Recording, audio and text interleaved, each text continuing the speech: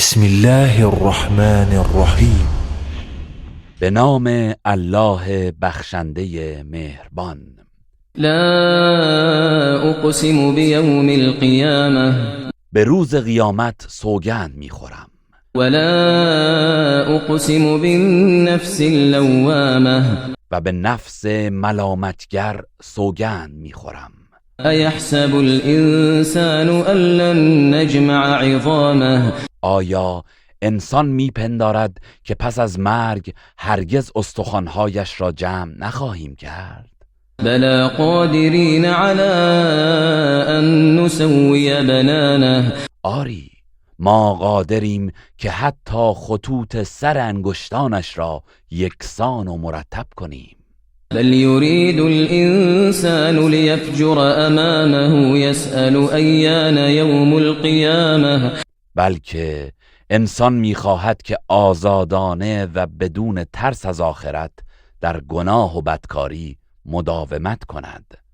از این رو میپرسد روز قیامت کی خواهد بود؟ فإذا برق البصر وخسف القمر وجمع الشمس والقمر، پس هنگامی که چشم خیره شود و ماه تیره و بینور گردد و خورشید و ماه یک جا جمع شوند، يقول الانسان يومئذ أين المفر، آن روز انسان میگوید راه گریز کجاست؟ كلا لا وزر إلى ربك يومئذ المستقر، هرگز هیچ گریزگاهی نیست. آن روز قرارگاه نهایی به سوی پروردگار توست. ينبأ الانسان يومئذ بما قدم وأخر، و در آن روز انسان را از تمام کارهایی که از پیش یا پس فرستاده آگاه می کنند. بل الانسان على نفسه بصیره، بلکه انسان به خوبی بر خویشتن آگاه است. ولو القى معاذیره، اگرچه در دفاع از خود عذرهایش را در میان آورد. لا تحرك به لسانك لتعجل به، ای پیامبر، هنگام نزول قرآن زبانت را برای تکرار و خواندن آن شتاب زده حرکت مده. إن علينا جمعه وقرآنه، مسلماً جمع آوری و خواندن آن بر عهده ماست. فإذا قرأناه فاتبع قرآنه، پس هرگاه توسط جبرائیل آن را بر تو خواندیم از خواندن او پیروی کن.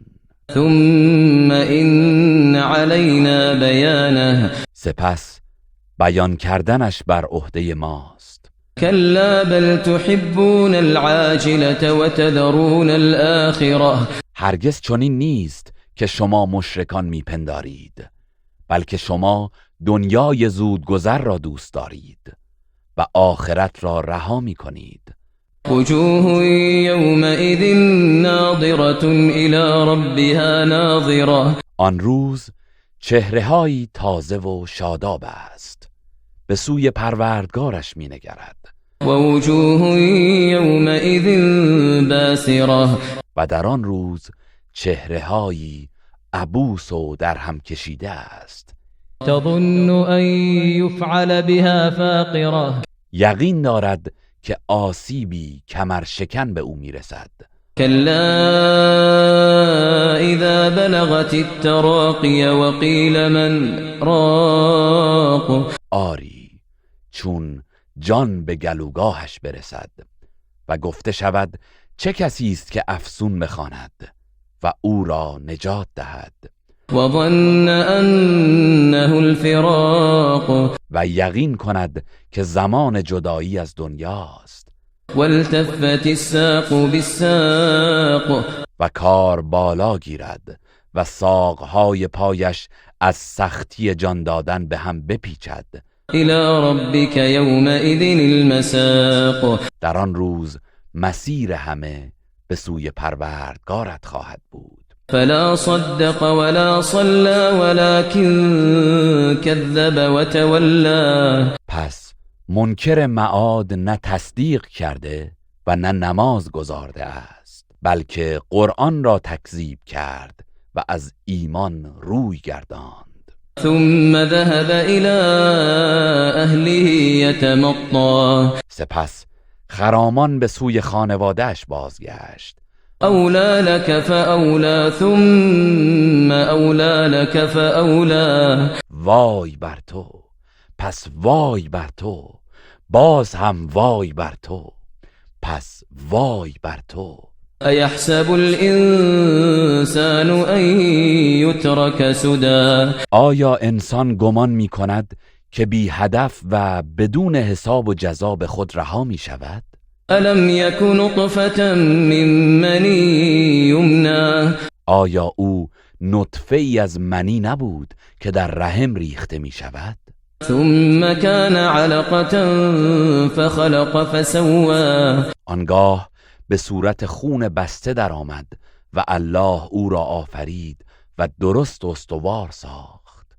فجعل منه الزوجين الذكر والأنثى سپس از او دو زوج نر و ماده پدید آورد. أليس ذلك بقادر على أن يحيي الموتى آیا چنین آفریدگاری قادر نیست که مردگان را دوباره زنده کند؟